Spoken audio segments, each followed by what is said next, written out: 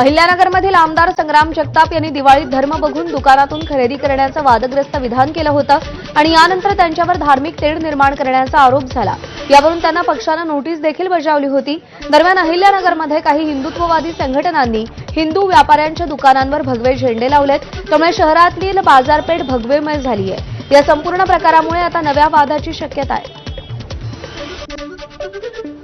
तू असा तुझा भाव करत नव्हता, पण ज्या प्रकारे हिंदूंवरती या सगळ्या गोष्टी लादल्या जातात आणि हिंदूंसोबत अशा प्रकारे अतिरेकी कृत्य केले जातात, याला सडेतोड असे उत्तर या ठिकाणी देण्यासाठी आम्ही भगवा पताका प्रत्येक हिंदू दुकानदाराच्या दुकानावरती लावण्यासाठी या ठिकाणी आलो असता त्याला असा जोरात असा प्रतिसाद या ठिकाणी सर्व हिंदू दुकानदारांनी दिला व प्रत्येक दुकानदारांनी हा ध्वजही लावला।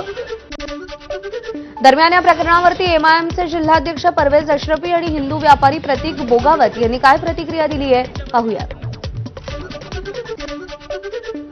फ्लेक्स लावावा आणि त्याच्यावर लिहावा की फक्त हिंदूंना 70% डिस्काउंट, कोणत्याही मालावर 70% डिस्काउंट, जेणेकरून जे गोरगरीब हिंदू आहे त्यांचा आता सण आहे तर त्यांचा कुठं ना कुठं फायदा होईल आणि ज्या व्यापाऱ्यांचं याच्यात नुकसान होणार आहे ते जे पैशाचं नुकसान होणार आहे ते स्थानिक आमदारांकडून त्यांनी ते वसुली करावी।